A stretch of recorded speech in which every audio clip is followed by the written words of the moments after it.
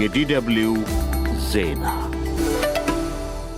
ዜና እናሰማለን። በቅድሚያም ርዕሶቹን። በትግራይ አዲስ ጦርነት መከፈቱን የትግራይ ቴሌቪዥን ዘገበ። ያም ሆኖ በፌዴራል መንግስት በኩል ይህ ዘገባ እስከተጠናቀረበት ጊዜ ድረስ በጉዳዩ ላይ የተባለ ነገር የለም። በሲውታ ስፔንና ሞሮኮ ድንበር በተከሰተው የስደተኞች ቀውስ የሟቾች ቁጥር 67 መድረሱ ተገለጸ። በ10 ሺዎች የሚቆጠሩ ሰዎች ደግሞ ወደ ኋላ እንዲመለሱ ተደርገዋል ተብሏል። ወደ ስፔኗ ሲውታ ግዛት የሚፈልሱ ስደተኞችን በተመለከተ ውይይት እንዲደረግ የአውሮፓ ህብረት ሀገራት ጥሪ አቀረቡ። በኢራን የሚደገፉት የሁቲ አማጽያን የሳውዲ የነዳጅ ጫኝ መርከቦች የጉዞ መስመር እንዲቀይሩ ማድረጋቸውን ገለጹ። እስራኤል በፈጸመችው ጥቃት በጋዛ 2 ሰዎች ሲገደሉ የመድኃኒት ማከማቻ መጋዘኖች መውደማቸው ተገለጸ። የእስራኤል ጦር በበኩሉ የሐማስ ታጣቂዎችንና የጦር መሳሪያ ማከማቻ ቦታን ኢላማ እንዳደረገ ተናግሯል። ኢራን አሜሪካን እንዳያግዙ የአካባቢውን መንግስታት አስጠነቀቀች። ዜና በዝርዝር።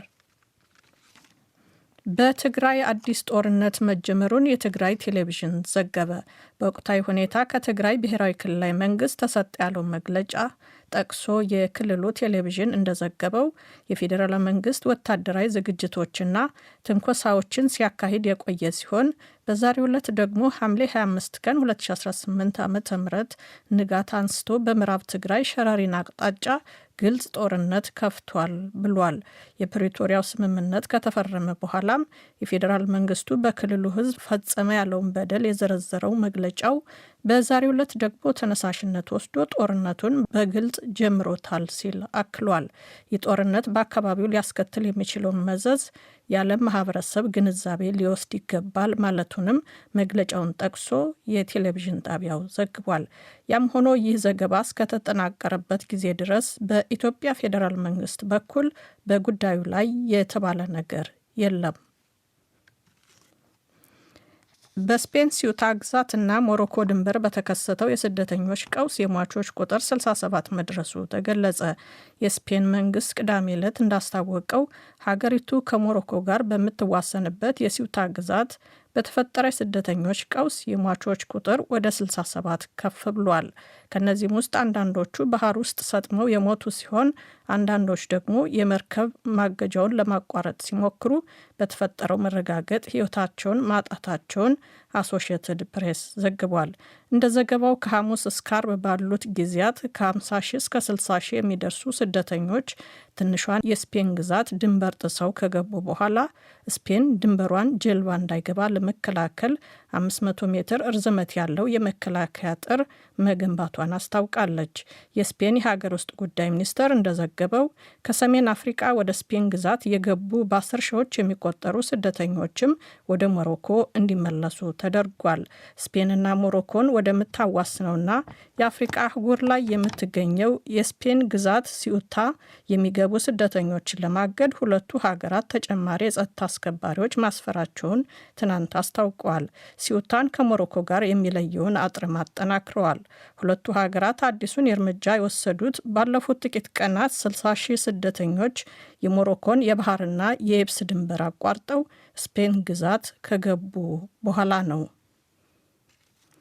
በተያያዘ ዜና የአውሮፓ ህብረት ሀገራት ወደ ሲውታ ግዛት የሚፈልሱ ስደተኞችን በተመለከተ ውይይት እንዲደረግ ጥሪ ያቀረቡ።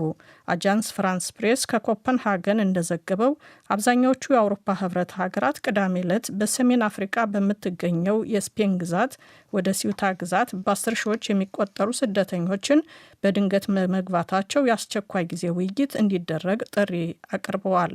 ከ27 የአውሮፓ ህብረት አባል ሀገራት የ22ቱ መሪዎች በጻፉት ግልጽ ደብዳቤ የህብረቱ ውስጥ ጉዳይ ሚኒስትሮች ፈጣን የተቀናጀ ምላሽ እንዲሰጡና ተጨማሪ ቁጥጥር ያልተደረገባቸው መሻገሪያዎችን ለመከላከል ስብሰባ እንዲደረግ ጠይቀዋል።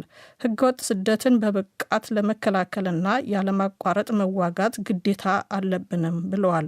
እንደ ዘገባው ደብዳቤው እንዲጻፍ ያነሳሱት አገራቸው ከስፔን ጋር የሽንገን ህግ ለጊዜው ያቋረጠችው የጣሊያን ጠቅላይ ሚኒስትር ጆርጂያ ሜሎኒና የዴንማርክ አቻቸው ሜቲ ፍሬድሪክሰን ናቸው። ሁለቱም መሪዎች አርብ ዕለት የአውሮፓ ህብረት ከስፔን ጋር የሸንገንን ትብብር ማገድ እንደሚገባው ተናግረዋል። የጀርመን መራሄ መንግስት ፍሬድሪሽ ሜርስና የሃንጋሪ የስዊድንና የፖላንድ ጠቅላይ ሚኒስትሮችም ጥሪ ካደረጉት መሪዎች መካከል ይገኙበታል። ነገር ግን አገሮቻቸው በቀጥታ ከስፔን ጋር የሚዋሰኑት የፈረንሳይና የፖርቹጋል መሪዎች በዚህ አለመካተታቸውን ዘገባው አመልክቷል። ይህ ዶቼ ቬለ ዲደብሊው ነው። ሁቲዎች የሳውዲ የነዳጅ ጫኝ መርከቦችን የጉዞ መስመራቸውን እንዲቀይሩ ማድረጋቸውን ገለጹ። የየመን ሁቲ አማጽያን እንዳሉት 8 የሳውዲ የነዳጅ ጫኝ መርከቦች በተለመደው የባህር መስመር እንዳይጓዙ ተደርገዋል። እርምጃው ሳውዲ ወደ ውጭ የምትልከውን የነዳጅ ኃይል ኢላማ ያደረገውና አዲስ የታወጀው እገዳ አካል መሆኑን አማጽያኑ ገልጸዋል። በኢራን የሚደገፈው የሁቲ አማጺ ቡድን እንደሚለው መርከቦቹ አሁን ወደ እስያ ገበያዎች ለመድረስ በደቡብ አፍሪካ ኬፕ ኦፍ ጉድ ሆፕ በኩል ረዘም ያለ ጉዞ እንዲያደርጉ ተገደዋል። ሪያድ የጭነት መርከቦቹ አቅጣጫቸውን ስለመቀየራቸው ምንም አይነት ማረጋገጫ አልሰጠችም። በዓለም አቀፍ የመርከብ ጉዞ ዋነኛ ስጋት የደቀነው የባብኤል መንደብ ቀይ ባህርን ከኤደን ባህረ ሰላጤ ጋር የሚያገናኝ በየመንና በአፍሪካ ቀንድ መካከል ያለ ጠባብ መተላለፊያ ነው። ሁቲዎች በዚህ መስመር የጣሉትን እገዳ ያስታወቁት ባለፈው ሳምንት ሲሆን ይህም ሳውዲ በሁቲ የተያዙ የየመን ክፍሎች ላይ ለዓመታት ጫና ስታደርግ ለቆየችበት የበቀል እርምጃ መሆኑን ተናግረዋል። በዚያ የሚደርስ ማንኛውም ከባድ መስተጓጎልም በሆርሙዝ ወሽመጥ መዘጋት ቀደም ሲል በተጎዳው የንግድ መስመር ላይ ጫና ያሳድራል ተብሎ ተሰግቷል። እስራኤል በፈጸመችው ጥቃት በጋዛ 2 ሰዎች ሲገደሉ የመድኃኒት ማከማቻ መጋዘኖች መውደማቸው ተገለጸ። ሮይተርስ እንደዘገበው የአሜሪካው ፕሬዝዳንት ዶናልድ ትራምፕ የሐማስ የጦር መሳሪያ ማስፈታት ስምምነትን ሐሙስ ዕለት ካስታወቁ ወዲህ የእስራኤል ጦር በጋዛ ላይ የሚፈጸመው ጥቃት ለሁለተኛ ቀን ቀጥሏል። የሐማስ ታጣቂዎችንና የጦር መሳሪያ ማከማቻን ኢላማ ማድረጉን የእስራኤል ጦር ተናግሯል። ፍልስጤም የጤና ባለስልጣናት በማዕከላዊ ጋዛ በሚገኘው የጋዛ ከተማ ሼክ ሬድዋን አካባቢ በእስራኤል የአየር ጥቃት 2 ፍልስጤማውያን መገደላቸውን ተናግረዋል። በማከማቻ መጋዘኖች ውስጥ የነበሩ መድኃኒቶችም ወድመዋል። የእስራኤል ጦር ግን ቡድኑ መሳሪያዎችን ለማከማቸት ይጠቀምበት የነበረውን ሆስፒታል አቅራቢያ የሚገኘውንና የሐማስ መደበቂያ ቦታ ያለውን መምታቱን አስታውቋል። በጋዛ ውስጥ ሐማስ የጦር መሳሪያዎችን ለማከማቸት ይጠቀምባቸው የነበሩ ሌሎች 2 ቦታዎችም መመታታቸው ተገልጿል። ዩናይትድ ስቴትስ ፕሬዝዳንት ዶናልድ ትራምፕ ሐሙስ ዕለት ጦርነቱን ለማስቆም ባወጡት እቅድ ላይ ሐማስ የጦር መሳሪያዎቹን ለመፍታት መስማማቱን ተናግረዋል። ያም ሆኖ የእስራኤል ጠቅላይ ሚኒስትር ቤንያሚን ኔትንያሁ ስምምነቱን በተመለከተ እስካሁን የሰጡት አስተያየት የለም። ኢራን አሜሪካን እንዳያግዙ የአካባቢውን መንግስታት አስጠነቀቀች። አጃንስ ፍራንስ ፕሬስ እንደዘገበው የኢራን ወታደራዊ ማዕከላዊ አዛዥ አሊ አብዱላሂ ቅዳሜ ዕለት በመንግስት ቴሌቪዥን ጣቢያ በሰጡት መግለጫ ዩናይትድ ስቴትስ በክልል ውስጥ የጨመረ የመጣውን ውጥረት እያባባሰች ነው ብለዋል። ለወንጀለኛና ለጠባጫሪ ላሏት አሜሪካ የመከላከያ ጋሻ ሆኖ የሚያገለግል ማንኛውም ሀገር በጦርነት ነበልባል ይገረፋል ሲሉም አስጠንቅቀዋል። ማስጠንቀቂያው የመጣው የአሜሪካ ፕሬዝዳንት ዶናልድ ትራምፕ በኢራን ላይ በጣም ከባድ ያሉትን ጥቃት እንደገና እንደሚፈጽሙ ከዛቱ በኋላ ነው። የአሜሪካ መገናኛ ዘዴዎች ትራምፕ በዚህ ቅዳሜና እሁድ ከፍተኛ መጠን ያላቸው ጥቃቶችን ለመጀመር ማሰባቸውን ዘግበዋል። ይህም ምናልባት በኃይል መሰረተ ልማት ላይ የሚሰነዘሩ ጥቃቶችን ሊያካትት እንደሚችል ገልጸዋል። ይህ ዶቼ ቬለ ዲደብሊው ነው።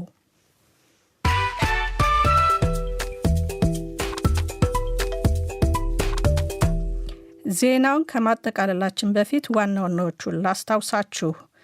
በትግራይ አዲስ ጦርነት መከፈቱን የትግራይ ቴሌቪዥን ዘገበ። ያም ሆኖ በፌዴራል መንግስቱ በኩል ይህ ዘገባ እስከተጠናቀረበት ጊዜ ድረስ በጉዳዩ ላይ የተባለ ነገር የለም። በሲዩታ ስፔን እና ሞሮኮ ድንበር በተከሰተው የስደተኞች ቀውስ የሟቾች ቁጥር 67 መድረሱ ተገለጸ። በ10 ሺዎች የሚቆጠሩ ሰዎች ደግሞ ወደ ኋላ እንዲመለሱ ተደርገዋል ተብሏል። ወደ ስፔኗ ሲዮታ ግዛት የሚፈልሱ ስደተኞችን በተመለከተም ውይይት እንዲደረግ የአውሮፓ ህብረት ሀገራት ጥሪ አቅርበዋል። በኢራን የሚደገፉት የሁቲ አማጽያን የሳውዲ የነዳጅ ጫኝ መርከቦች የጉዞ መስመር እንዲቀይሩ ማድረጋቸውን ገለጹ። እስራኤል በፈጸመችው ጥቃት በጋዛ 2 ሰዎች ሲገደሉ የመድኃኒት ማከማቻ መጋዘኖች መውደማቸው ተገልጿል። የእስራኤል ጦር በበኩሉ የሐማስ ታጣቂዎችንና የጦር መሳሪያ ማከማቻ ቦታን ኢላማ እንዳደረገ ተናግሯል። ኢራን አሜሪካን እንዳያግዙ የአካባቢውን መንግስታት አስጠነቀቀች። ዜናው አበቃ።